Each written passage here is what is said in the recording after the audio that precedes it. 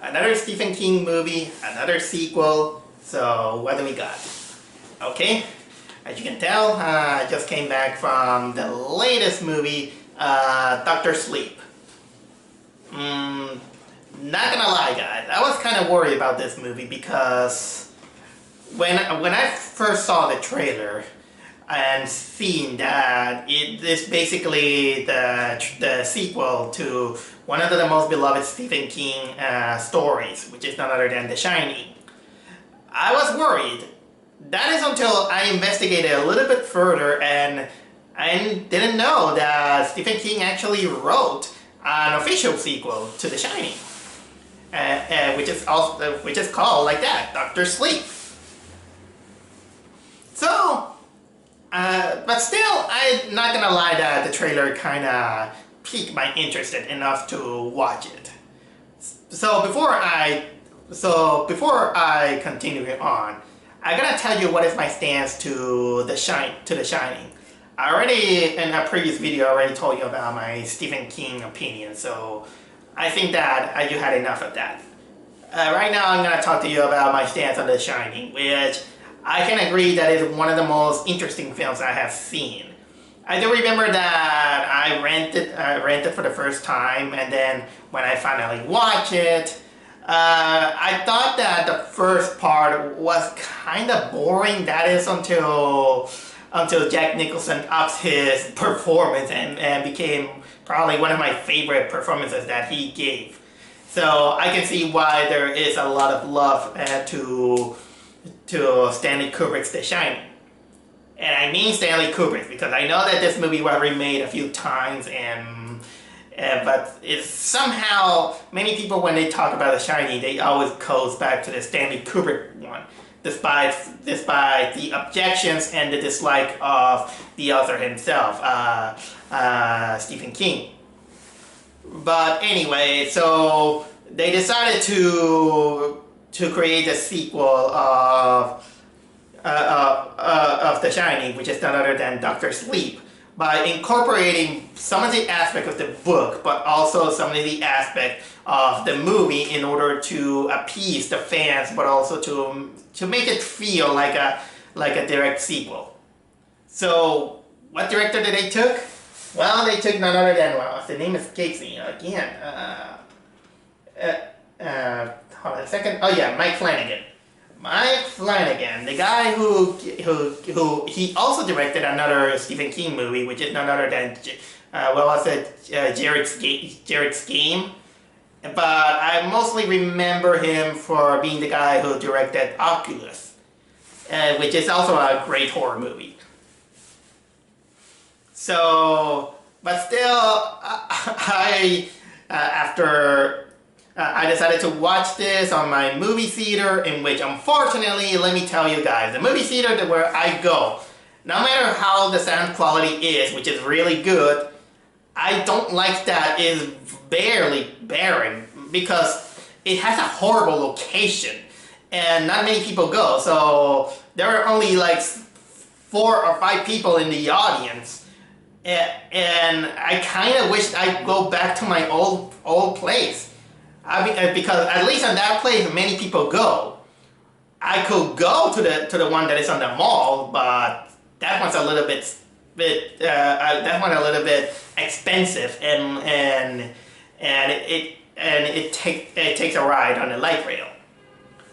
So anyway, but rant aside, what do I think about Dr. Sleep?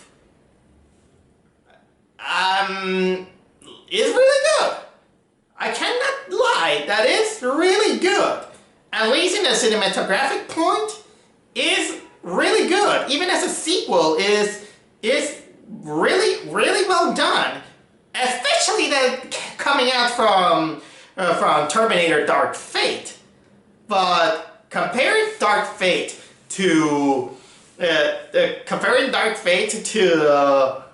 how can I say, to Dr. Sleep, it's kind of comparing The Quickening with Terminator 2. Man, I'm back to Terminator for one reason or another. Okay, small clip note version for people who doesn't know The Shining. The Shining basically is about the story of this family of a father, a mother, and a son. The son named Daniel Torrance. They go to this hotel in the middle of nowhere in Colorado called the Overlook Hotel, but apparently some ghostly force it makes the father, Jack Torrance, and the old movie played by Jack Nicholson, he becomes insane, and he apparently wants to kill the family. And of course, the kid Daniel, he awakens some kind of psychic power that is known as the Shining, in order to predict all the problems, all the stuff that is happening in the house. Of course, in the movie, the mother and Daniel, they run away while Jack is stuck in there. He dies, and he becomes part of the Overlook Hotel. That's basically my run-of-the-mill of the Shining. So Doctor Sleep basically is the sequel out of it. And I kind of like that the movie, well, I'm not kind of say that. The movie actually involves kind of like three separate timelines, let's say. The first timeline, it happens right after The Shining, in which we see Daniel as a kid trying to cope with, that he has The Shining, and that he still sees ghostly apparitions, and then, of course, he finds a way to seal these inner demons. Then we jump 11 years later, where he became drunk. He goes around, being a total bum because he tries to suppress, the Shining and all this stuff. That is until one of his trips, he finds someone who took pity on him. He decides to help him out by showing him an apartment, and then introduce him to Alcoholics Anonymous, and also give him a job. This is where, and then this is where he kind of decides to use the power of The Shining, as a way to appease some people who were, well, let's say that he began to work in a hospital, and then he apparently uses The Shining to appease old people to go to the other side when they're about to die. And then, of course, the movie then later, after I think 30 or 40 minutes, then it jumps to 8 years later, just to have some present day in which he settles in, and then this is where finally the plot moves in, because in general, let's say that the plot is that while all these things happening gradually we got also two other stories besides the Dan Torrance thing. Oh, and by the way, I forgot to say it, that adult Daniel Torrance is actually played by none other than young Obi-Wan Kenobi, Ewan McGregor. And but anyway, while we see those things with Daniel Torrance, we also have two other stories. The other story, it involves it's kind of like this cult of humanoid creature, let's say, which is led by a woman called Rose the Hat.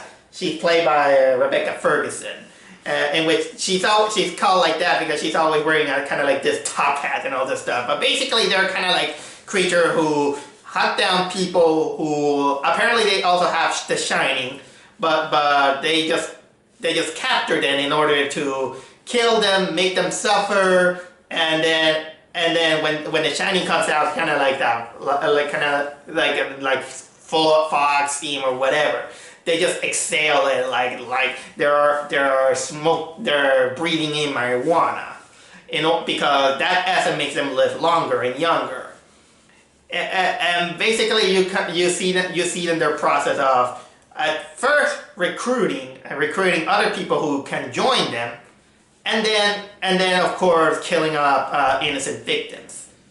And while this is happening, we also get to see the life of this little girl who awakens The Shining, which is none other than this girl named Abra Stone. She's played by Kylie Kuran. And basically she starts out, you know, thinking that it's kind of like magic. And she takes it everything, you know, very optimistically, despite that she tries to hide it a little bit from her parents. A little bit, because she kind of weirded out. But during these years, she basically has a psychic connection with Daniel Torrance and became pen pals. And then when we finally finished the third, kind of like the third time, we are into the third timeline. This is when Abra begins to psychic connect to the victims of the Shining. I mean the victims of the cult. And basically, then it kind of turns into Abra trying to team up with Daniel Torrance, in which he tries to also expel his own demons in order to defeat this cultish people led by Rebecca Ferguson. Yep, that's basically the story in a nutshell. As much of a nutshell as what I tried to say. Alright, now we go with the acting. Acting is really good, I gotta say. They were really well directed. Everyone acts, you know, not exactly, you know, a little bit too over the top, or in some places they might be over the top. You know what? Let's go on with the acting. The acting is actually really good. Evan McGregor as Daniel Torrance did a really decent job. I would say that this is probably one of his better acted movies in which he was in.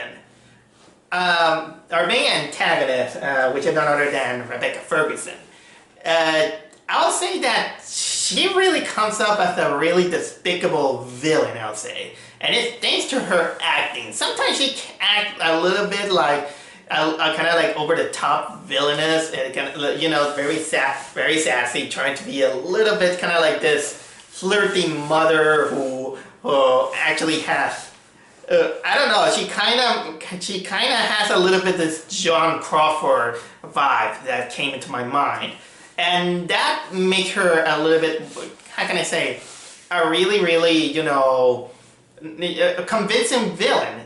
Not only how she was written, but also on the performance, in which she does well. As well, of course, that the other member of the cult, like the guy played by Zach McClarnon, and of course the girl that they recruit, and who she's played by Emily Allen Lind, who this is the kind of, you know, young, the kind of like the youngster rude generation acting that she gives out, which is both despicable but at the same time effective for these kind of characters. And also we got, of course, Kylie Kuran who plays Abra. For let's say for a teenage / child actor, she does it really good. And for a teenage actor, she's probably one of the best ones I have seen, at least this year. So that's technically, I will say, about some of the acting that there is. There are other actors, and they also do really good, I'll say. Cinematography wise, I gotta tell you that for a movie that is like 2 hours 30 minutes, if you're interested in The Shining and you kind of buy it, you're not gonna feel bored about it. It is a chore, I'll tell you. This movie feels long, but it makes you feel invested on everything that is gonna happen.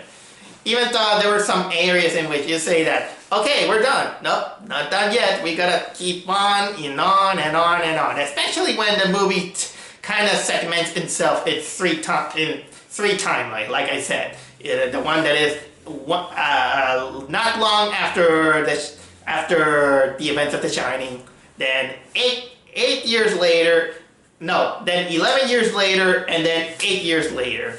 And funnily enough, I did count the timelines because it starts, what was it, in 1980? 1980, I think it starts. And then the years that add up, it ends, of course, in 2019. So yeah, it's basically what they were trying to do in this one. And let me tell you also that, story-wise, I'll tell you that if you want me to compare the book and the movie in both The Shining and Doctor Sleep,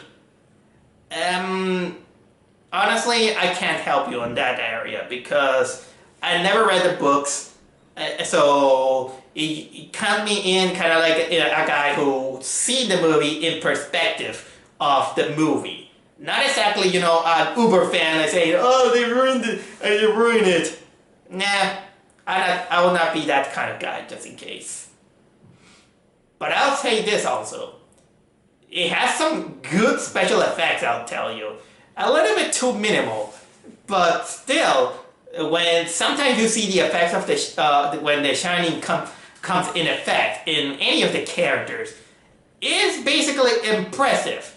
That kind of shows a little bit how they have to work on it during the, compared to the other one in which most of the effects were practical or a little bit non-existent.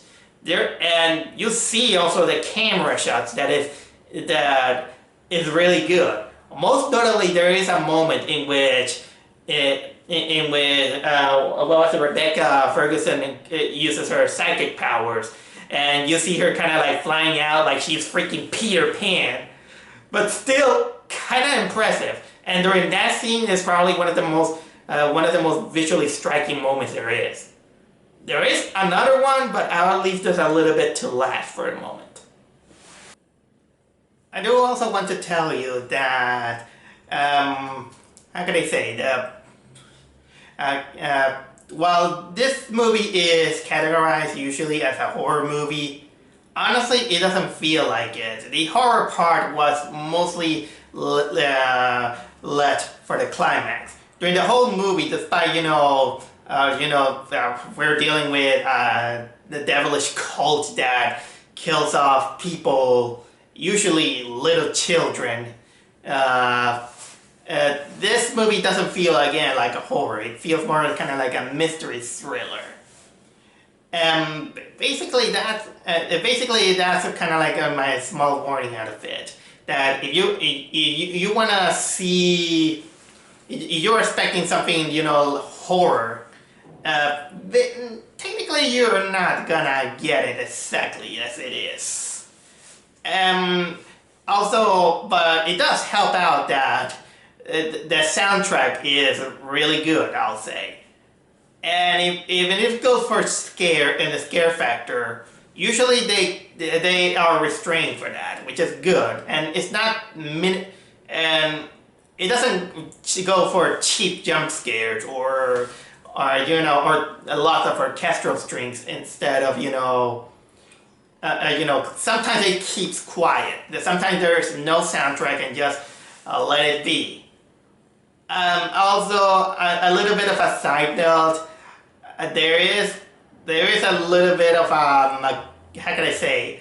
There is a cat there that I absolutely love. That cat. It kind of reminded me of the previous cats that I own.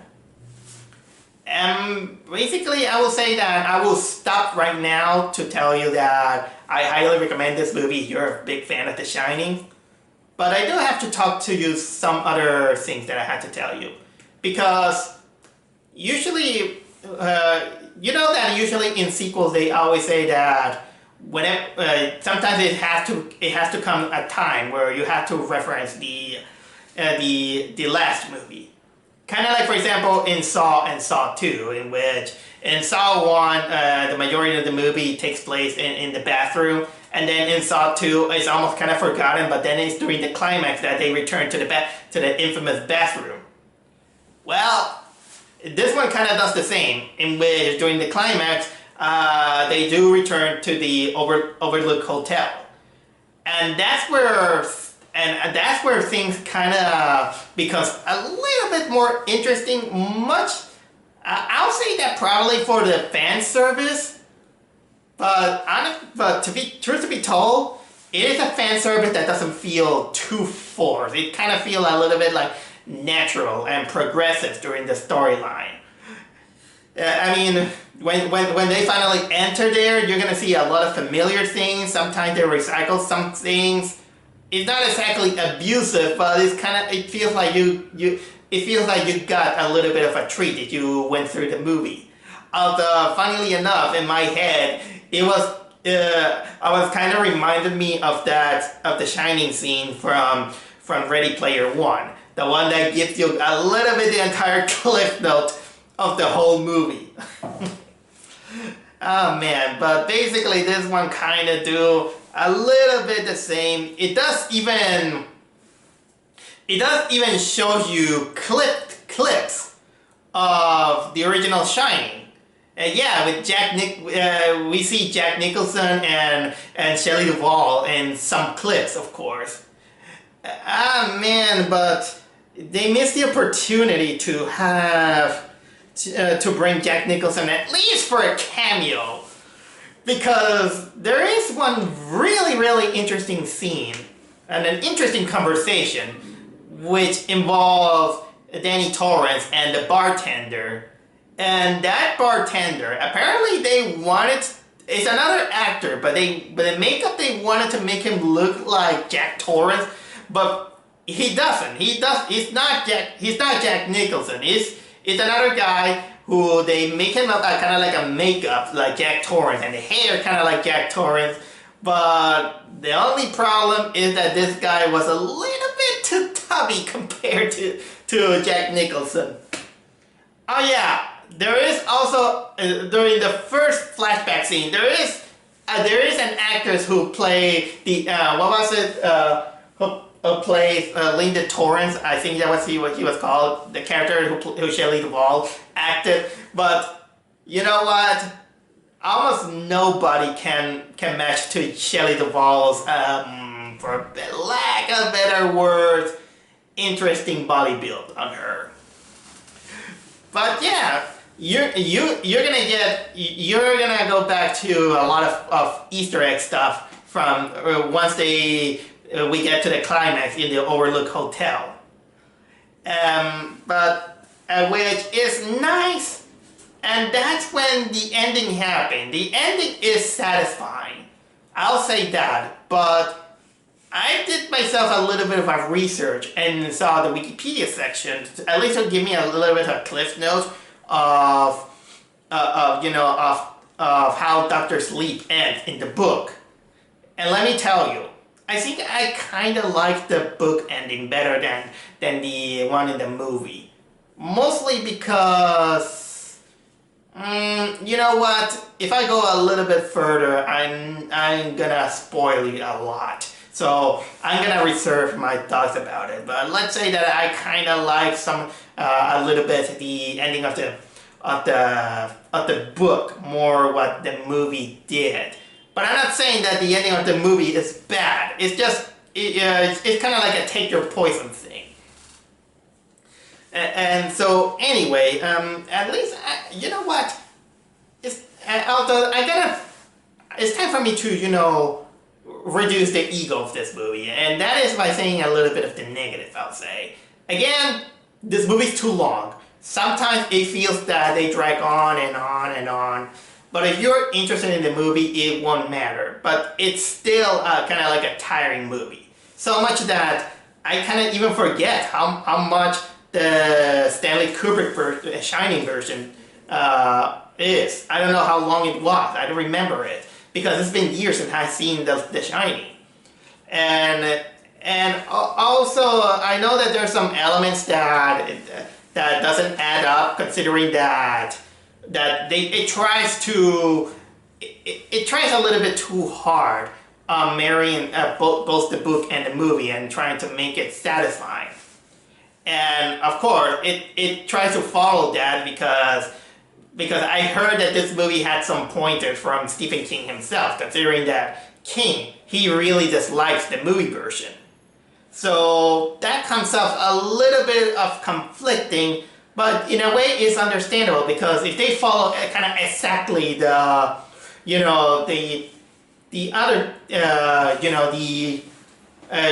book, then it will be hard. It will be hard, especially when many people, when they think about The Shining, they think about the Stanley Kubrik film. So, and they try to make remakes, but following exactly the book, and they come up with mixed results. That's from what I can tell you. Most notably from what I heard, the miniseries, which thankfully I didn't saw. And that's basically the negatives that I could give out about it. But other way, I'm happy that I saw Doctor Sleep. You know what? I'm feeling a little bit sleepy myself. So yeah, Doctor Sleep. I do recommend it to yourself, but don't worry. This movie doesn't. Don't worry. This movie isn't. It doesn't deserve lots of sleep thinking that it's gonna be another one of those bad sequels that we had. You already had enough with Terminator Dark Fate if you don't like how it went.